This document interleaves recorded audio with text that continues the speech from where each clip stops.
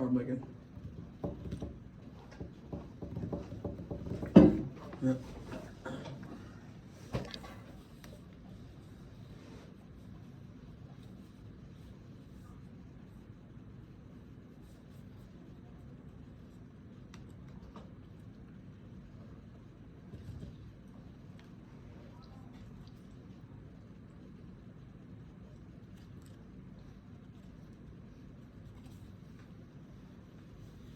Boom.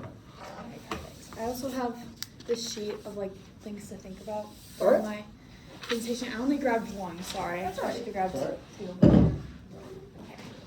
We can share. We can.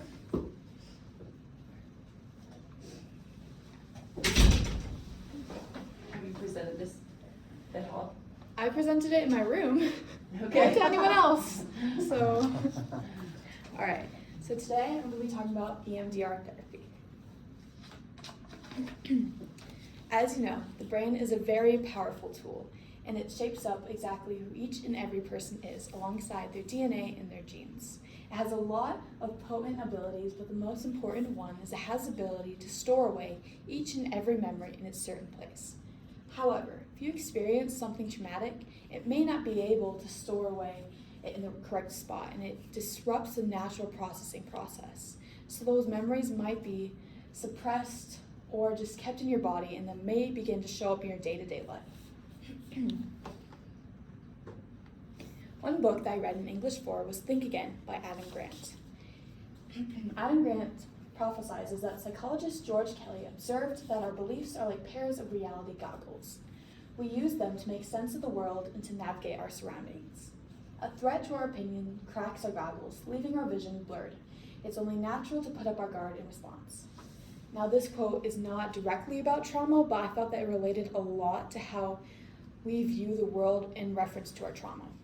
As it says, the way we are is how we view and experience life. But if we experience trauma, it may leave our perceptions cracked and it may be distorted. Psychologists have created many techniques in order to help patients repair these distortions and view and go throughout their day-to-day life in a normal basis. One of the most amazing techniques is EMDR, which is eye movement desensitization and reprocessing.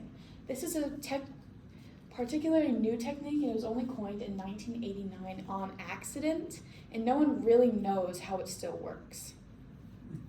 It helps alleviate the distress and symptoms caused by traumatic memories by using bilateral stimulation in the form of either eye to hand movement or tapping.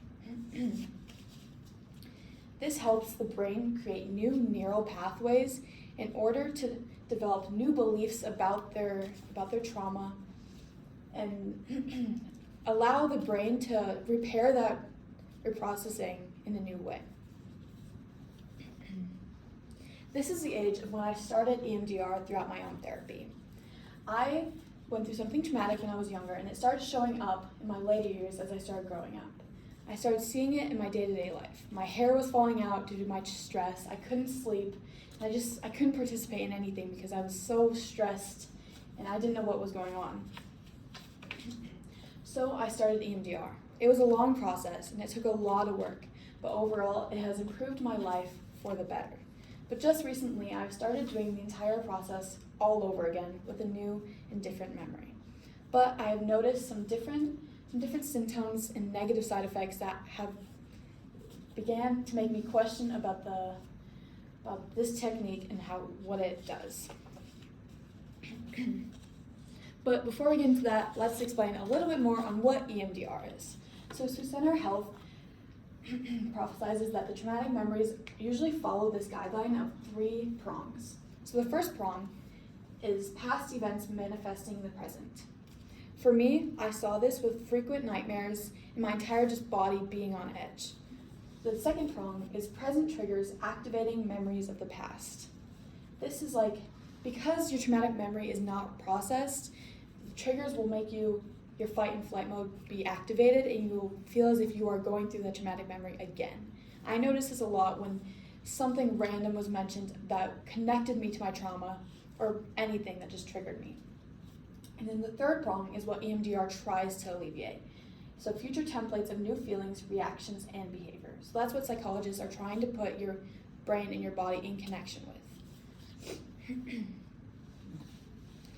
Additionally, there's 8 phases that patients go through in EMDR therapy. It's history, preparation, assessment, desensitization, installation, body scan, and closure. This can take weeks to months to finish and is a very long and hard process. For my own journey through EMDR, just recently, during the weeks I didn't have therapy, I noticed that especially between the assessment and the desensitization process, I was feeling as if I was on edge 24/7. I was getting triggered all the time, and I was having frequent anxiety attacks whenever something that reminded me of my trauma came up. So throughout this research project, I tried to find answers, and I tried to look up why I was feeling such negative side effects. Everyone on the internet said that it was a normal reaction to the trauma and what my brain was going through, but it never specified what to do. Because of how new this technique is and how a lack of information we have, I propose that there needs to be new and longitudinal studies conducted studying the negative side effects that appear with patients during gaps between therapy sessions. Because it is individualized, and it may not appear with some, and it may appear more in others.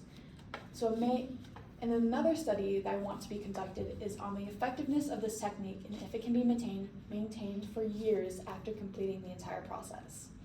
During my research, I could only find like an 18-month study seeing how effective this study was, but nothing on years past.